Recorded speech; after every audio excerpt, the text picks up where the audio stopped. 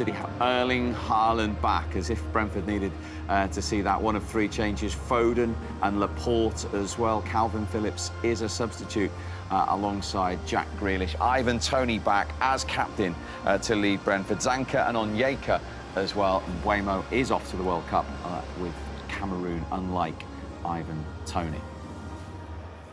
We just heard Thomas Frank say that for long periods in this fixture last season, he was close to a defensive masterclass. Well, he has to get even closer this year. He was close. I mean, all that matters in the end is whether you get a result or not, isn't it? If you lose... Brentford's last league win in Manchester was on Christmas Day, 1937, when the then champions were vanquished at Main Road. 85 years on, can they make history by toppling the champions again? One side who won every game at home, another who are yet to win away. And if bad results here for Manchester City come once in a blue moon, Brentford aim to be the ones standing alone by being the first all season. One of the other truisms is that when you come here, you have to take your chances. Yeah. As Brentford try and create another one, and this time they have taken it. Ivan Toney is in there, lurking with intent. It is a deserved advantage, not in the script. Plenty for Pep to consider. City just haven't got going in the opening 15 minutes. Brentford spurning 2 good opportunities, but not a third, and they lead 1-0. Well, he can't complain, Ivan Toney, because he's been fed right from the start. Haaland at the other end's the one feeding on scraps at the moment, but once this header's won, I wonder whether he was offside, but not the case. Stones kept him onside, and all he had to do was just basically make sure he got something solid on it, and it was high enough to take it over Ederson, and it's absolutely justified and deserved.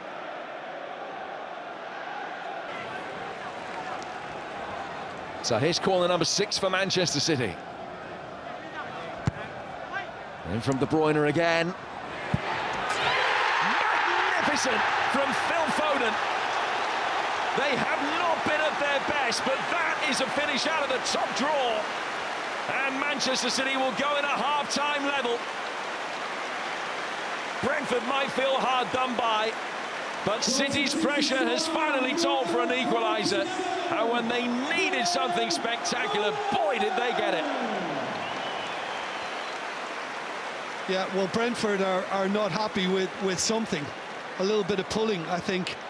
But it was kind of turning into one of those situations where Manchester City were probably going to need something special. That is something special. He couldn't have caught it any better on the half volley, and he's basically produced a rocket. And the check is complete.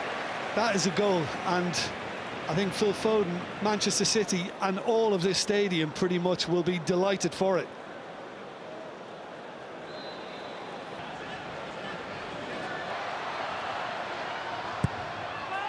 Foden swinging it in, didn't miss Haaland by much, but the counter-attack could be on.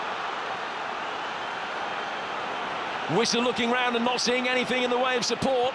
Now it's coming for him. This is De Silva. De Silva flashing it in, and Brentford surely win it. Unrestrained delight in that away end. Dramatic, climactic, ecstatic. Eruption.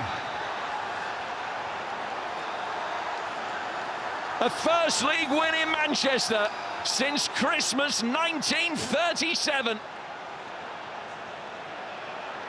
Frustration for Pep, frustration for Haaland, delight for Brentford, and delight as well for Arsenal. Well, from the City corner, that was the key moment, that Wissa had to just get it past his man and find the space. And I just thought when he fed it to De Silva, it was a little behind him and it slowed the attack. But just watch the way he eases past Akanji here. This is too comfortable. And the timing is perfect with the Toney run. And this is an extraordinary end to the game. We all thought that Manchester City were going to pull out a second goal. Well, it's been at the other end, and Brentford have management.